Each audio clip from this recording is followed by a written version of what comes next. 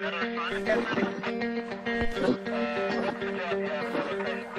capitalisme engendre une dynamique permanente d'accumulation, de crise et d'innovation.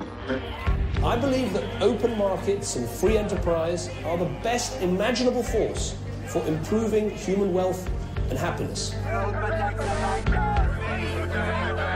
Je pense que les forces sociales et politiques sont les forces centrales dans la dynamique du capitalisme. Did you ever have a moment of doubt about capitalism? Is there some society you know that doesn't run on greed? Comment Adam Smith verrait-il le monde économique qui nous entoure? Je crois que Keynes aurait dit qu'il y a une faille dans l'économie. Hayek a écrit La route de la servitude comme un avertissement. Il faut toujours être prudent avec Marx et ses bons mots. Pour moi, Polanyi a été un séisme intellectuel. Si je devais caricaturer Ricardo, je dirais qu'il ressemble à George Soros. Si vous retournez chez Adam Smith, Marx, Schumpeter, vous avez des embryons de mécanismes vous permettant de comprendre la crise actuelle. D'où vient le capitalisme? D'une évolution naturelle de nos sociétés? Ou de théories élaborées au fil des changements politiques et technologiques? Nous sommes tous partie prenante d'un système dont nous connaissons mal les origines. Et pourtant, cette histoire devrait nous éclairer sur notre présent et notre avenir.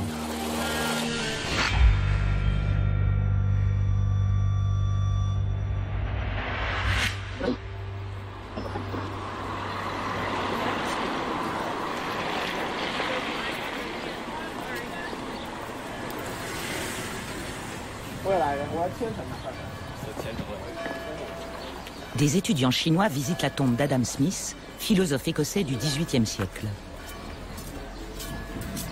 Adam Smith est très honoré. Il a écrit un livre très connu dont je ne connais pas le nom en anglais. Mais en Chine, on l'appelle Go Fulun. On le connaît tous.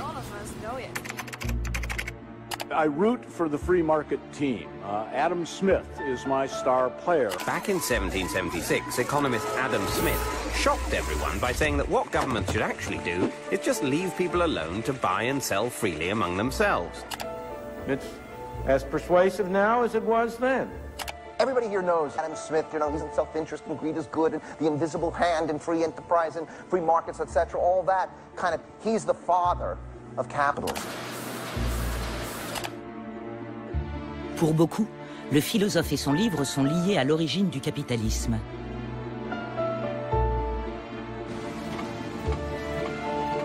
Mais pour les historiens, le système serait né bien avant et aurait déjà profondément influencé la société dans laquelle l'œuvre de Smith a vu le jour.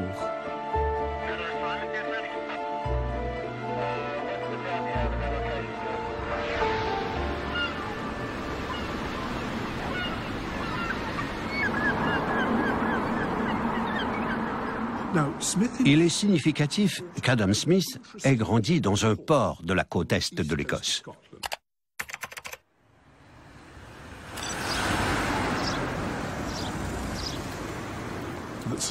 La société dans laquelle il vivait connaissait alors une profonde révolution des affaires publiques.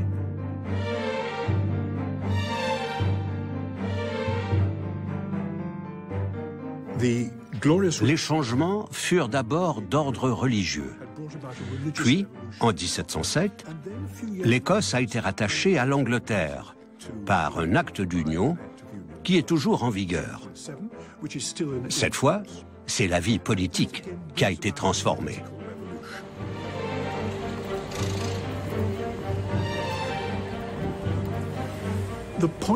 Ce qui est important pour Adam Smith dans cette révolution des affaires publiques en Écosse, c'est qu'elle place une lourde responsabilité sur la classe moyenne écossaise et son devoir de chercher à améliorer le fonctionnement du pays.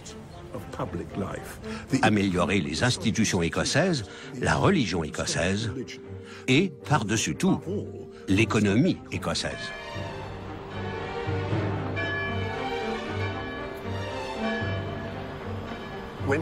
Adam Smith a déménagé de Kirkcaldy pour s'installer dans cette maison en 1778, avec sa mère qui était devenue à l'époque une vieille dame fragile. La première impression de cette maison, c'est la vue splendide qu'on a des fenêtres. Quand il vivait à Kirkcaldy, Adam Smith pouvait admirer la plage et la mer. Ici, les fenêtres donnent sur des jardins, sur l'église de Canongate, où lui et sa mère allaient à l'office. Et d'une de ces fenêtres, Adam Smith pouvait apercevoir le monument dédié à son meilleur ami et confrère, David Hume.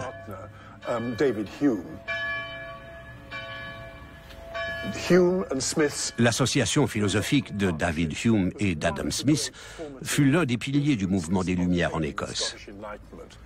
Intellectuellement parlant, Hume et Smith se ressemblaient comme deux gouttes d'eau. Tous deux avaient l'ambition de développer une philosophie, voire une science, qui expliquerait les principes du comportement humain, les principes de l'organisation sociale et de l'évolution de l'histoire, sans aucune référence à la religion. In the beginning, there was empty space. And in this empty space, there emerged a primordial fireball. Billions of years ago, this fireball exploded.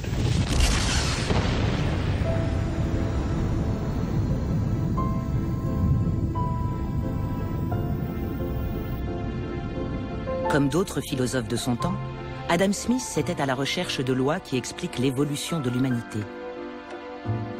Il voulait faire de l'économie une véritable science de l'homme, réglée par un ordre naturel. La science était le système de croyance de l'époque.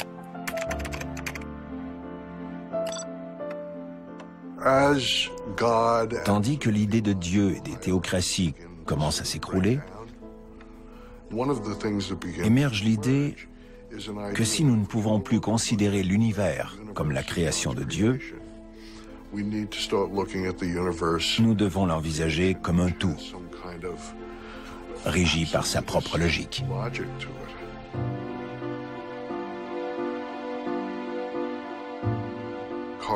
Au XVIIe siècle, Carl von Linné, le célèbre botaniste, décide qu'il va envisager le monde naturel dans son ensemble et le définir comme un système hiérarchisé.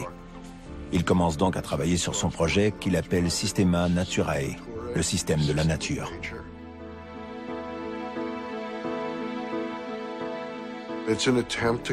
Il tente ainsi de construire un modèle logique du monde naturel.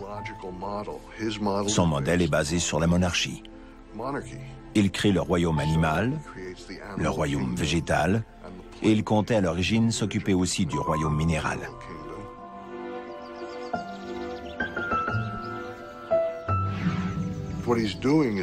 Il s'inspire de la structure sociale de son époque et la transforme en hiérarchie naturelle. En d'autres termes, il affirme que la hiérarchie sociale n'a pas été créée à la force de l'épée, mais façonnée par des lois naturelles.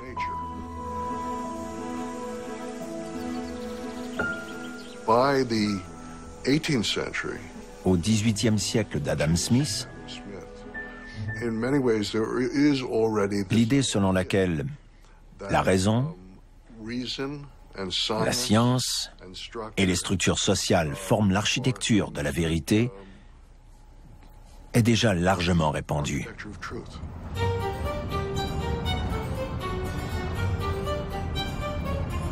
En 1763, presque 30 ans après la publication du Systema Naturae de Linné, Adam Smith arrive à Paris.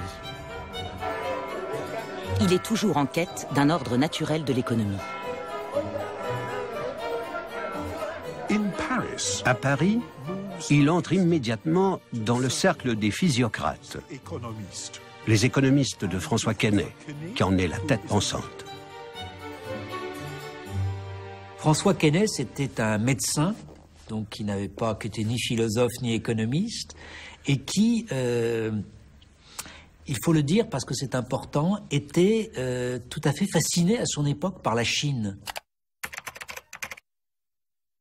Il était très proche des idées de Confucius, d'ordre naturel, de vertu, de société équilibrée, d'économie relativement fixée, figée, avec des producteurs intangibles, etc.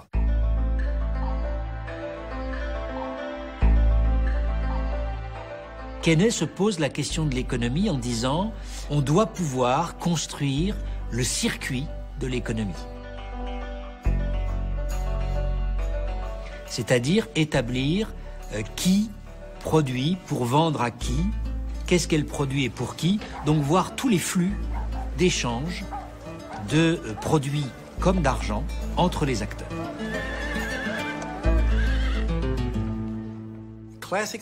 L'économie classique a été fondée par deux médecins. William Petty, un médecin irlandais, et François Quesnay, un Français, sont les fondateurs de la physiocratie. Leur concept de flux circulaire entre producteurs et consommateurs a été inspiré par leur vision du système sanguin. Pour eux, le corps humain est animé par un flux circulaire du sang vers les organes. Et l'économie, de la même manière, fait elle aussi circuler des flux, des producteurs vers les consommateurs.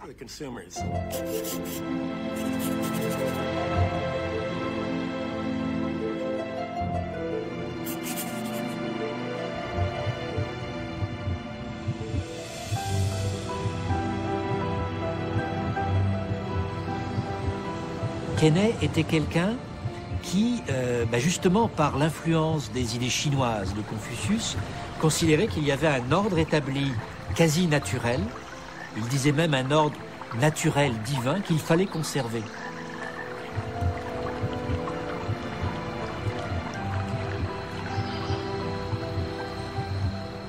Donc en ce sens-là, c'est peut-être normal que Smith et d'autres après reprennent cette idée-là ou mentionnent les idées des physiocrates comme étant importantes pour eux, puisque c'était la première fois peut-être qu'on établissait cet ordre naturel et qu'on donnait les mesures pour le maintenir.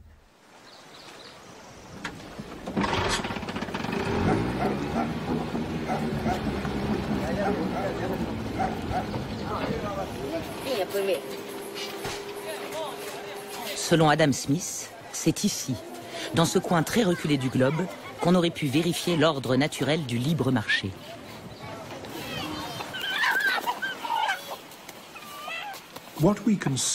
Ce qu'on peut voir dans le travail de Smith est un exercice consistant à mettre au point une science de l'homme absolument énorme.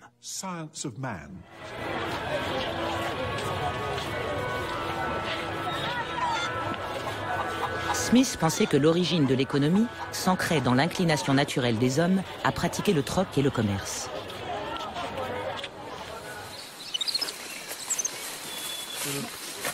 Il en tenait pour preuve les tribus sauvages, selon ses termes, des Amériques.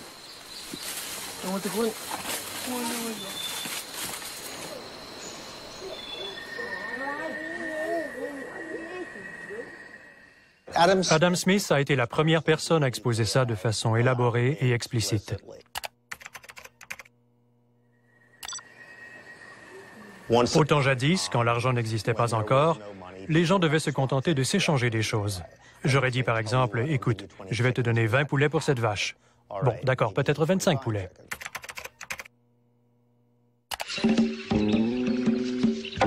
When we lived in caves, there were no shopping malls, and people's manners were Neanderthals. I'll give you this for that for this. We'll make a trade called barter. I'll give you this for that for this. We'll have it made with barter. On négociait, on concluait un marché, et voilà comment fonctionnait l'économie. Petit à petit, c'est devenu malcommode. Peut-être que tu ne veux pas de mes poulets, je ne possède rien d'autre qui t'intéresse. On s'entend sur quelque chose dont tout le monde voudra, et voilà l'argent qui arrive. L'idée radicalement nouvelle de Smith a été d'étudier l'économie in vitro, indépendamment de tout contexte social, culturel, moral ou religieux, comme n'importe quel chercheur l'aurait fait pour une science expérimentale. Intuitivement, ça paraît logique. Le problème, c'est que ce n'est pas vrai. Personne n'a réussi à trouver un seul endroit où ait eu lieu ce type de transaction. Et quand on y pense, il est facile de comprendre pourquoi. Parce que ça part du principe que même au néolithique, tout le monde faisait des affaires avec tout le monde en utilisant ce que les économistes appellent le marché au comptant. Je te donne ci, tu me donnes ça, et tout le monde est content.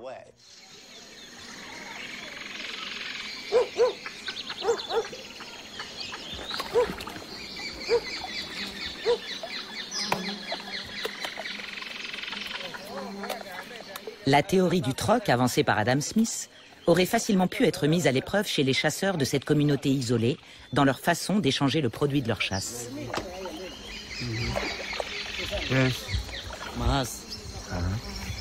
Le problème, c'est qu'il n'en est pas et n'en a jamais été ainsi.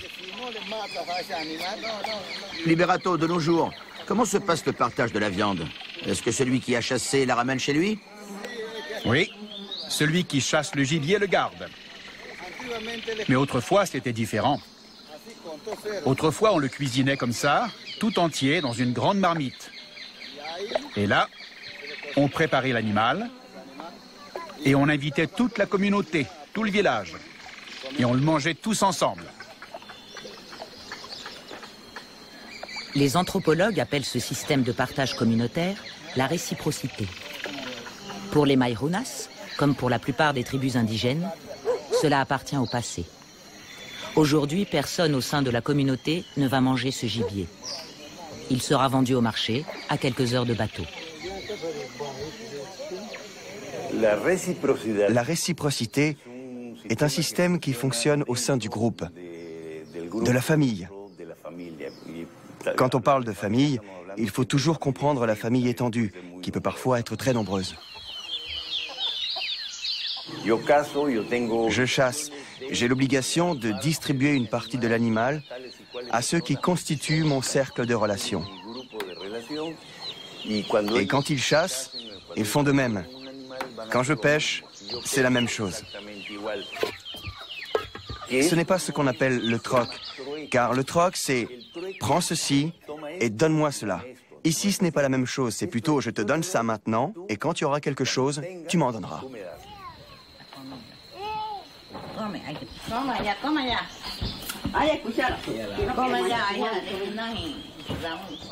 Adam Smith, on ne peut pas vraiment l'en blâmer, car il n'avait pas de preuves. Mais depuis, les économistes se sont vus répéter par les anthropologues que non, les gens ne fonctionnent pas comme ça. Cela fait 200 ans que nous cherchons cette société qui n'existe pas. Mais les économistes se sentent toujours obligés de raconter la même histoire. C'est clair que cette version les arrange, mais elle n'a rien à voir avec l'histoire ou la réalité empirique. Les Mairunas ne sont pas passés du troc et de l'échange à l'économie de marché par une évolution naturelle. Ce sont la colonisation et la loi du marché qui les ont rattrapés au moment de la découverte du caoutchouc en Amazonie à la fin du 19e.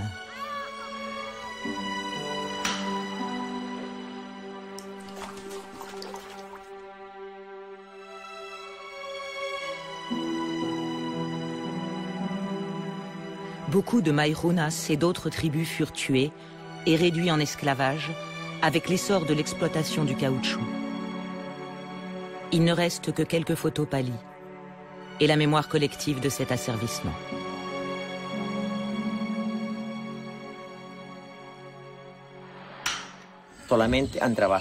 Ils ont travaillé uniquement comme des esclaves.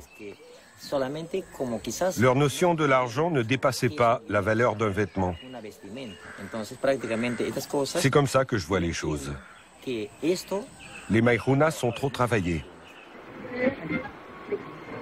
Si la science de l'homme d'Adam Smith ne peut expliquer les fondations de l'économie de marché, comment savoir pourquoi celle-ci s'est finalement imposée? Qui fait le capitalisme? Pour les idéologues, ce sont les grands penseurs. Smith, Ricardo. Pour moi, ce sont les marchands de Venise, les marchands de Bruges. Ce sont les acteurs qui inventent les institutions du capitalisme. Et Adam Smith est simplement une lointaine justification de ce mécanisme-là dans le domaine des idées.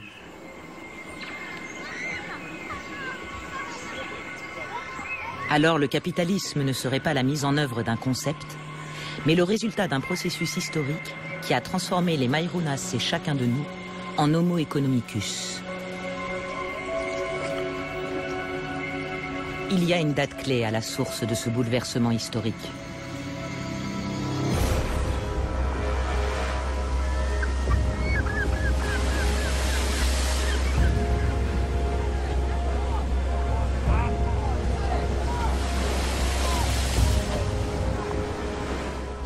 La découverte de l'Amérique a été l'événement fondateur de la révolution scientifique et du capitalisme, les deux événements étant étroitement liés. Scientifiquement parlant, la découverte de l'Amérique constitue un élément fondateur. Selon la conception traditionnellement admise jusque-là, la somme des savoirs, toutes les connaissances essentielles en notre possession, étaient découvertes par les anciens et figuraient dans les Saintes Écritures, l'Ancien et le Nouveau Testament. Il ne nous restait plus qu'à les étudier et en appliquer les enseignements.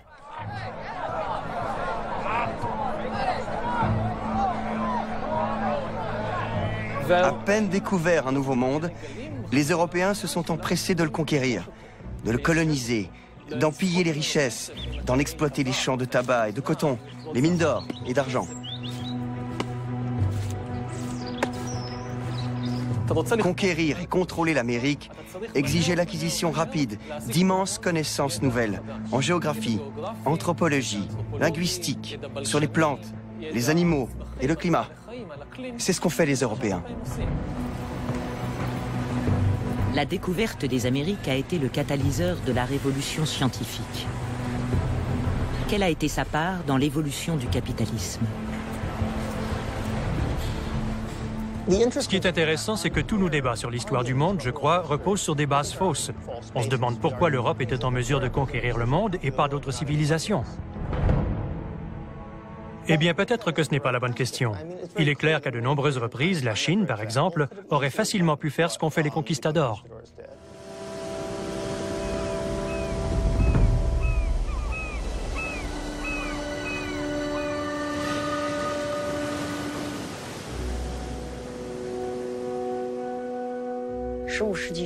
Cheng Ho entreprit sa première expédition dans les mers occidentales en 1405.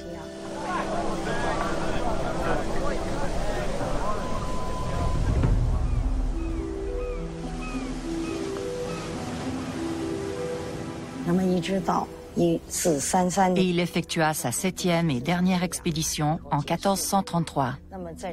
Et après cela, il n'y en a plus eu.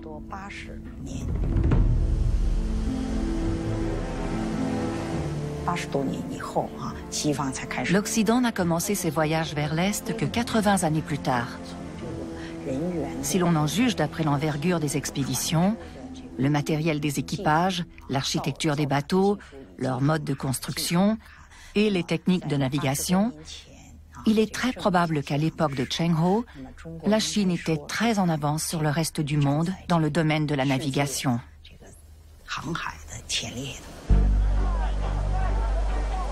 L'idée de dépeupler des continents entiers pour pouvoir accumuler des quantités massives d'or et d'argent ne leur est jamais venue. La plupart des gens sur Terre considéreraient cela comme totalement délirant. Donc ce n'est pas que chacun voulait diriger le monde. La question est de savoir pourquoi l'Europe a fini par le faire.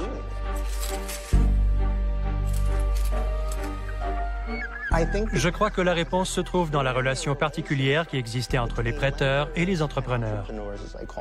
Il faut voir le conquistador comme l'archétype de l'entrepreneur, prêt à risquer de plus en plus gros, qui monte des opérations à partir de rien dans le but d'en tirer de plus en plus d'argent.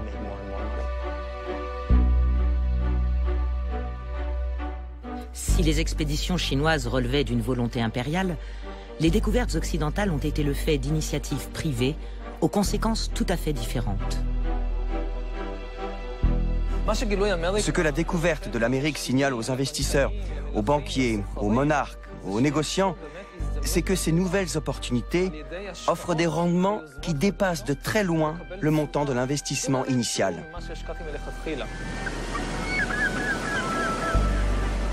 On était prêt à verser avec libéralité des sommes considérables, en s'inspirant de l'exemple de Christophe Colomb. Voilà comment tout a commencé, dans une sorte de spirale sans fin. À ce moment-là, bien sûr, les entrepreneurs bénéficiaient de davantage de crédits.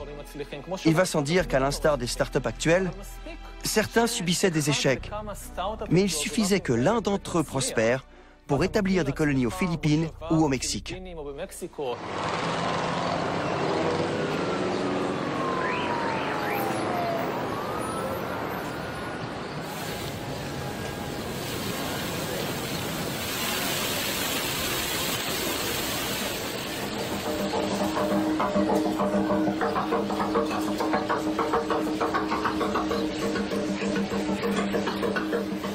La conquête du Mexique par Cortés en 1519 illustre les nouvelles règles du jeu qui s'établissent entre découverte géographique, colonisation et argent.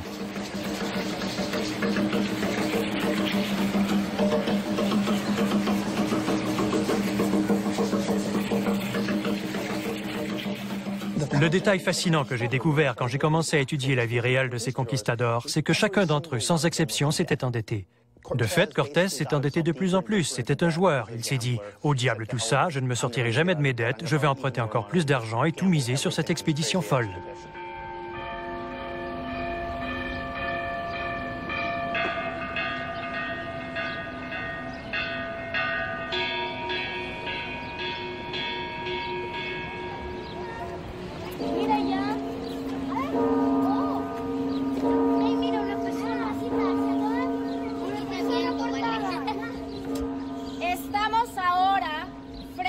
Nous nous trouvons à présent devant le temple, le plus important de ce site.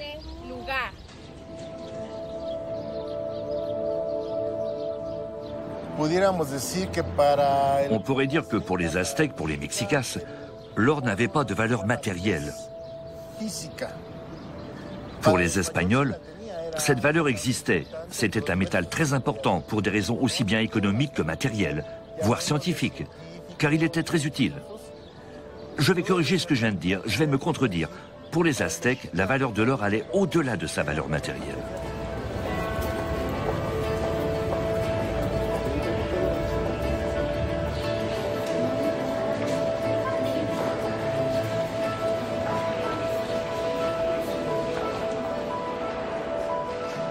Lorsque l'envoyé de l'empereur aztèque Montezuma lui demande pourquoi il était obsédé par l'or, Cortés répond « Mes compagnons et moi souffrons d'une maladie du cœur que seul l'or peut guérir. »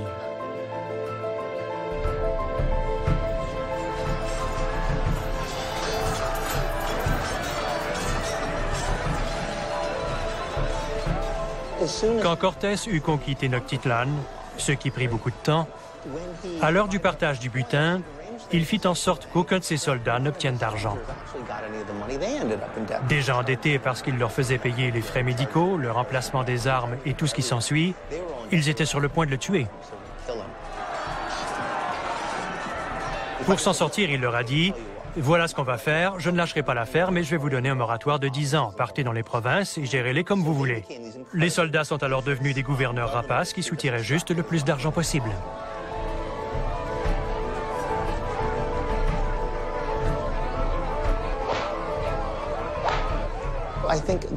Je crois que ce sentiment d'indignation, de honte, d'humiliation, on vient de se battre pendant une année entière et ils ne me payent toujours pas. Ils disent que c'est moi qui leur dois de l'argent. C'est dingue. Cette fureur, mêlée à un pouvoir sans limite, les a transformés en monstres. William Shakespeare a essayé d'humaniser la caricature de l'usurier et les passions violentes inspirées par l'argent.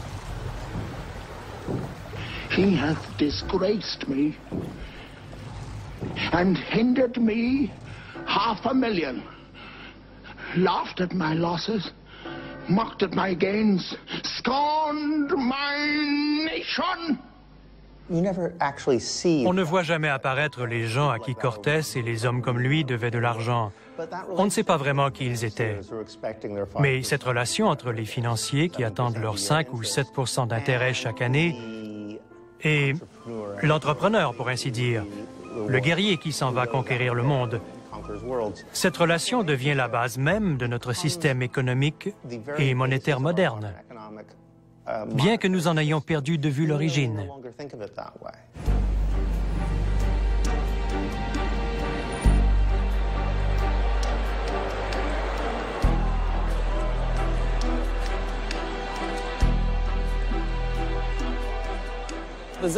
Et voilà comment s'enclenche la spirale des investissements et des conquêtes. Le processus, qui débute avec la conquête de l'Amérique, va engendrer ces deux phénomènes. La spirale des découvertes scientifiques, comme celle de l'économie capitaliste, du crédit, des investissements, des profits, et ainsi de suite.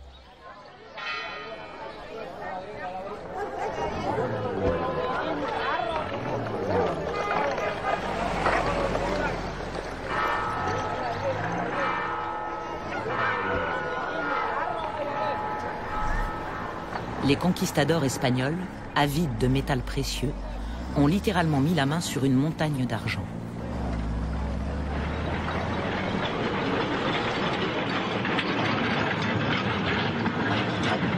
Ils l'appelèrent Cerro Rico, la montagne riche.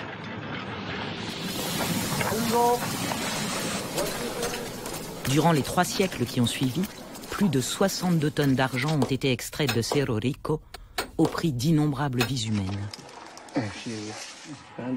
Voici l'argent. Il n'est pas de très bonne qualité, pas comme à l'époque coloniale. C'est ce minerai qui a favorisé l'explosion du commerce international.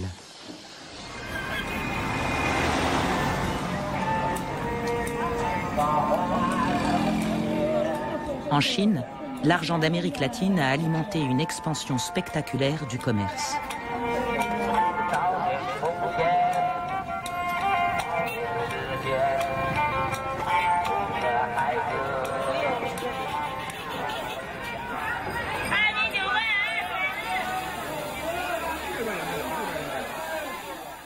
Encore aujourd'hui, beaucoup de gens pensent qu'avant le 19e siècle, la Chine était isolée du reste du monde, qu'elle vivait en autarcie, sans échanger ni commercer avec l'extérieur.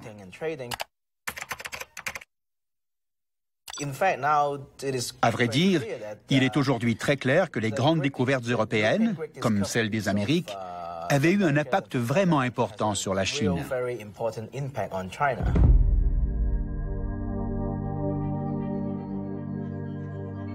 Jusqu'au XVIe siècle, l'économie chinoise était basée sur la monnaie fiduciaire, c'est-à-dire que le gouvernement imprimait les billets pour que les gens puissent les utiliser dans leurs transactions. C'est un système très instable, car la valeur de la monnaie ne repose sur aucun métal précieux. Donc, l'économie commerciale n'était pas très développée, jusqu'à ce que le gouvernement chinois, pour essayer de combattre l'inflation et ses inconvénients économiques, passe à l'argent métal.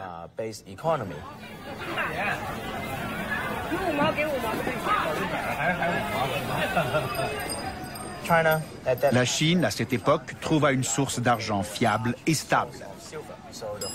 L'économie tout entière fut métallisée, c'est-à-dire que l'argent devint la monnaie standard pour les transactions commerciales. Ce fut la source d'une rapide expansion commerciale.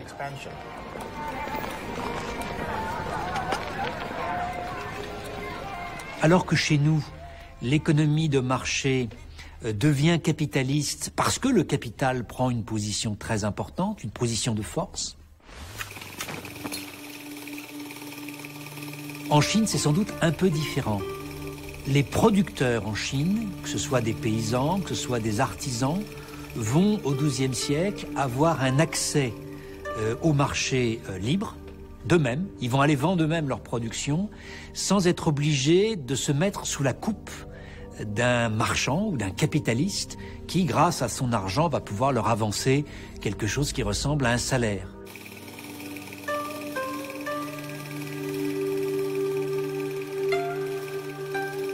Le marché qui se développe sans intermédiaire entre les petits producteurs chinois attire l'attention des voyageurs et des missionnaires européens.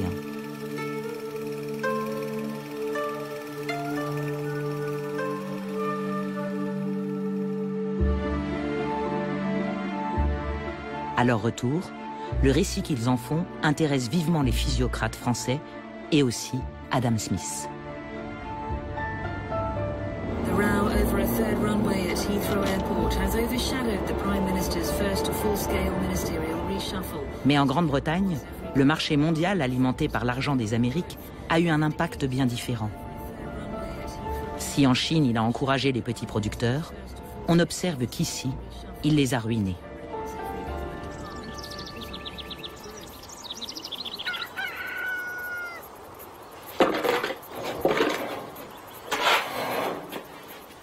Simon Furley est un défenseur des petits agriculteurs indépendants, devenus rares en Grande-Bretagne depuis le XVIe siècle. Si on est doué, on peut arriver à un revenu minimum avec 4 vaches laitières, sans les nourrir de façon intensive, ce qui nécessiterait environ 4 hectares, quelque chose comme ça. J'ai 2 vaches. Pour en vivre, il en faudrait 4. Et il faudrait être doué. Comment a-t-on pu pressurer les agriculteurs indépendants de cette façon? Ça dure depuis 400 ans. Ouais, c'est à peu près ça. En fait, ça remonte aux enclosures. Dès le XVIe siècle, quand les petits paysans ont été chassés des terres récupérées par les gros propriétaires terriens qui voulaient les réunir et les améliorer pour les rendre plus productives. Mais par la même occasion, ils ont expulsé des terres la majeure partie des gens. Les choses auraient dû se passer autrement. L'argent qui afflue dans des pays comme l'Espagne crée une forte demande de laine anglaise et rend l'élevage des moutons plus rentable. Le système des enclosures chasse les paysans des terres communes pour y mettre plus de moutons. Les enclosures, en fait, c'est le désir des seigneurs, des propriétaires terriens, qui sont parfois aussi des bourgeois au XVIe siècle en Grande-Bretagne. C'est leur désir de faire respecter un droit de propriété qui, jusqu'à présent, était par la tradition plus ou moins géré en commun, laissé en culture pour les populations qui étaient les plus pauvres. Donc à partir du XVIe, les seigneurs et les bourgeois se mettent à faire valoir leur droit à la terre.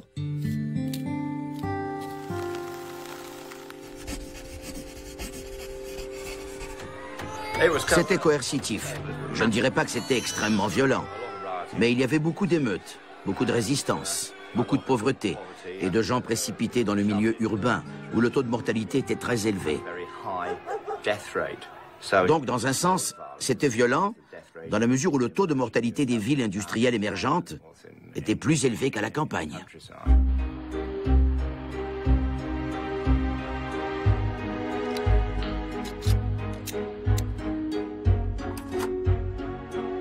Ils abattent les maisons, ils rasent les villages, écrit Thomas More, et n'y laissent que l'église pour servir de bergerie. Les conséquences en Angleterre sont énormes. Que faire à ce moment-là? La seule solution viable à long terme, c'est d'essayer de trouver un travail comme artisan pour filer ou tisser à domicile. Tout d'un coup, une armée de gens totalement appauvris par les enclosures sont condamnés à vendre leur force de travail de façon à pouvoir survivre, tout simplement survivre. Une foule de paysans dépossédés, sans logis, sans travail, va devenir une masse laborieuse, précipitée sur le marché du travail. Comment crée-t-on un marché? C'est une question très intéressante. Comment crée-t-on un marché qui soit déconnecté de la société?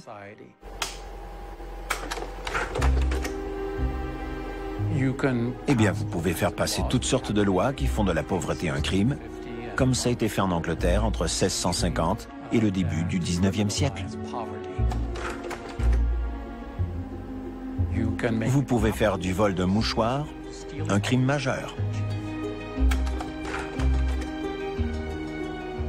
Les enfants peuvent être exécutés.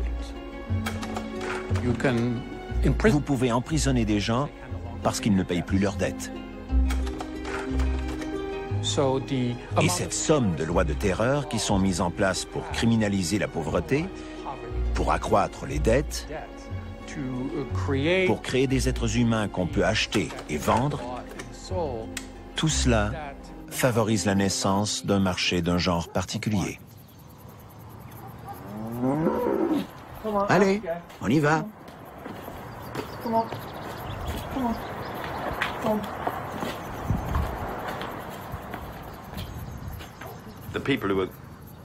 Les gens qui ont été expulsés ont perdu le lien avec la terre. Si vous avez accès aux terres, vous gardez un peu d'indépendance. Vous êtes votre propre patron. Vous n'êtes pas vraiment redevable à qui que ce soit. Tandis qu'une fois déraciné, vous êtes dans une situation bien plus incertaine. Et vous êtes moins à même de contester les forces de l'économie.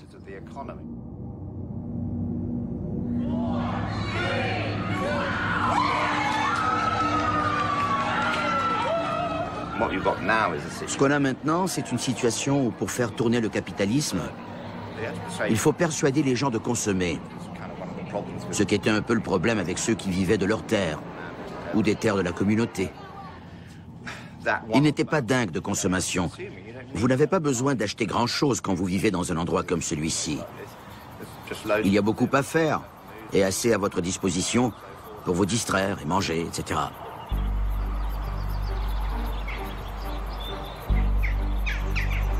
On voit ainsi comment la découverte de l'argent et de l'or dans le Nouveau Monde a bouleversé la société britannique. Et partout dans le monde, les entrepreneurs privés se mettent à reproduire ce modèle pour bâtir des empires économiques. Adam Smith est fasciné, on le comprend, par l'expansion soudaine de l'Empire. Et chaque pays d'Europe fonde ses colonies dans les nouveaux territoires.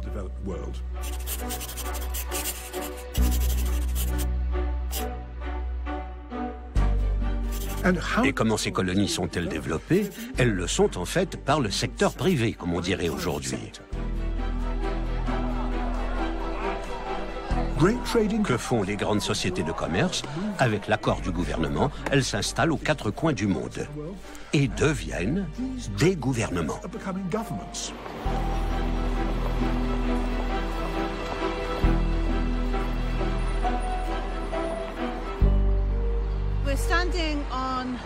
Nous nous trouvons sur les bords de la Clyde.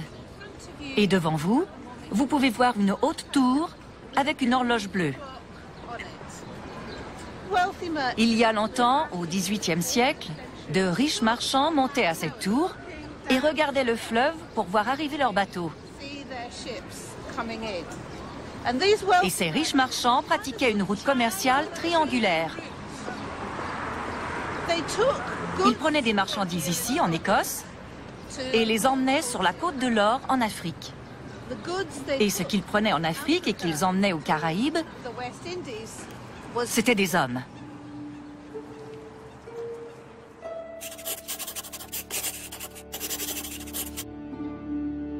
Les navires venant d'Europe transportaient des marchandises pour l'Afrique. Ils embarquaient ensuite des esclaves pour le Nouveau Monde, puis en rapportaient des matières premières. Ce commerce triangulaire, qui relevait surtout d'entreprises privées, a largement contribué à l'émergence d'une économie de marché. Le fonctionnement du commerce au XVIIIe siècle, dans toute l'Europe, dépend de plus en plus de l'esclavage des Noirs. Smith est tout à fait conscient de ça. Il a d'ailleurs étudié de près le fonctionnement de l'économie écossaise de son époque. Mais il a choisi de fermer les yeux sur l'esclavage.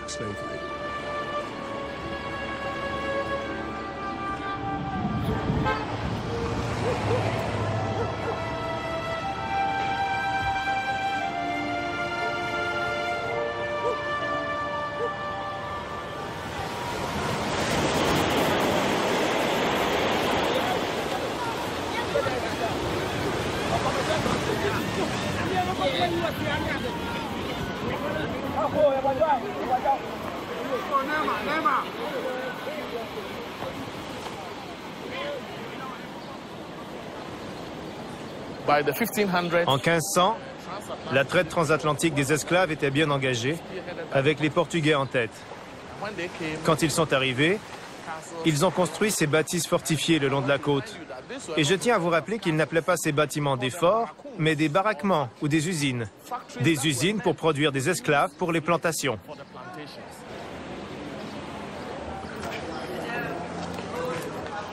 Vous voyez ceci? C'est l'emblème national du Ghana. Ça remonte aux croisades. En haut à droite, il y a un fort, pour montrer le rôle que ces bâtiments ont joué dans le développement social, économique et politique du Ghana.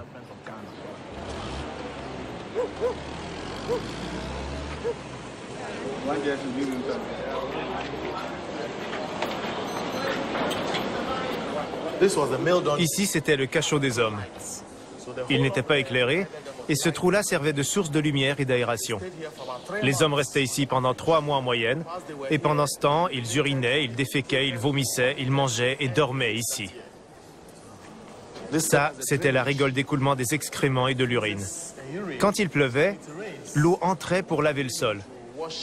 Mais il était entièrement couvert de saleté, Et beaucoup d'hommes tombaient malades et mouraient ici.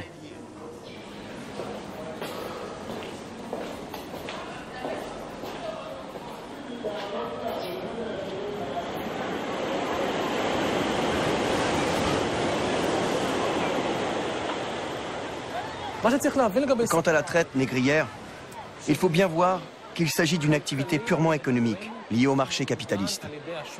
Il ne s'agit pas d'une entreprise gouvernementale, ni monarchique.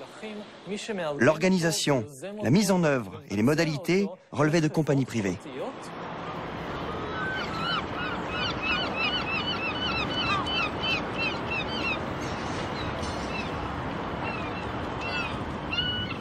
Liverpool devient le port anglais le plus important pour la traite des esclaves. Londres et Bristol ont bien tenté de rivaliser un temps, mais en 1750, Liverpool avait définitivement pris l'avantage.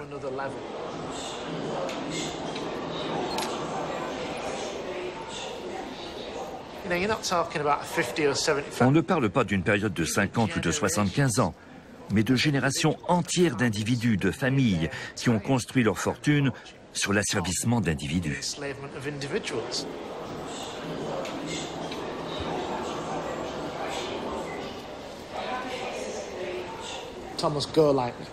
Thomas Golightly était maire de Liverpool et l'un des marchands de la ville qui commerçait avec l'Afrique. Cet homme très important est un grand nombre de sociétés, ce qui montre à quel point les habitants de cette ville impliqués dans le commerce triangulaire pouvaient être influents.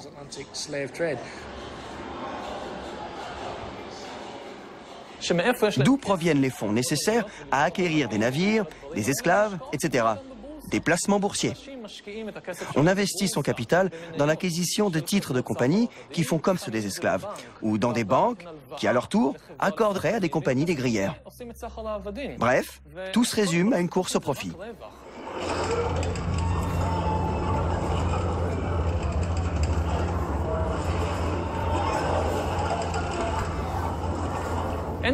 On ne parle pas ici de haine raciale envers les Africains. Le racisme était alors moins prégnant. Le racisme est la conséquence, et non l'origine de l'esclavage.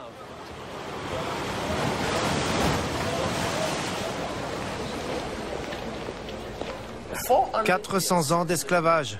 Le capitalisme meurtrier. Tout le monde veut sa part du gâteau. »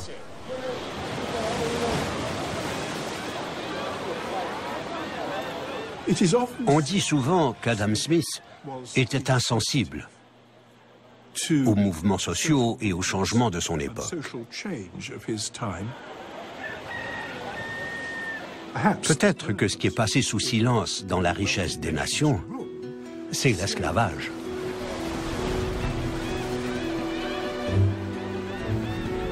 La plupart des économistes et certains historiens laissent entendre que ce que nous appelons le capitalisme de libre marché a été imaginé par Adam Smith dans son livre « La richesse des nations » et a vu le jour avec la révolution industrielle. Mais les véritables origines de notre système économique actuel se trouvent bien à 7000 km de l'autre côté de l'Atlantique et 200 ans avant la publication du livre du philosophe.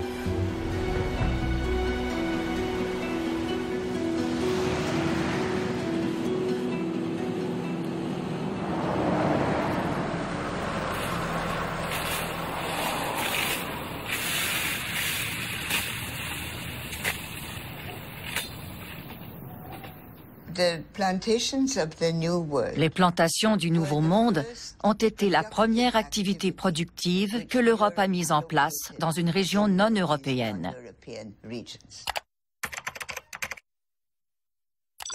Auparavant, ils pillaient ou ils marchandaient, et ils occupaient les lieux et les colonisaient.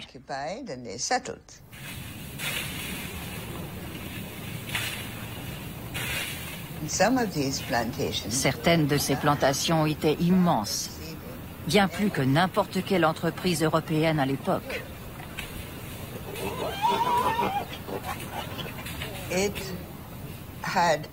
Il y régnait toutes les caractéristiques que j'appliquerais au capitalisme, à l'exception du travail, qui n'était pas rémunéré, mais forcé et asservi.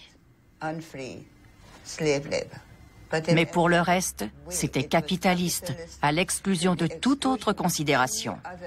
Il ne s'agissait que de profit.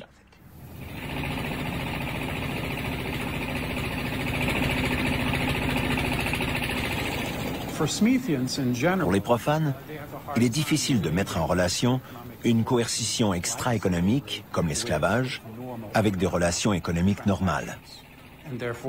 Une chose comme l'esclavage, il l'associe à une société barbare et primitive, archaïque, sous-développée, qui n'a rien à voir avec une économie moderne civilisée.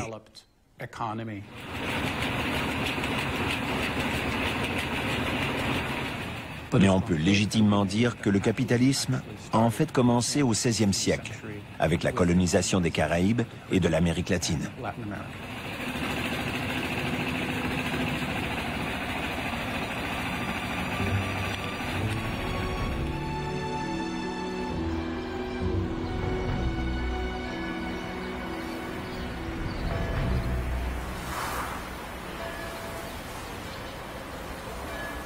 Le capitalisme échappe même à ses créateurs. Vous voyez très bien, il a sa propre dynamique. C'est un fauve très difficilement contrôlable. Et on utilise de façon ad hoc la plupart des arguments théoriques, mais clairement, il échappe même à l'intelligibilité des meilleurs des acteurs.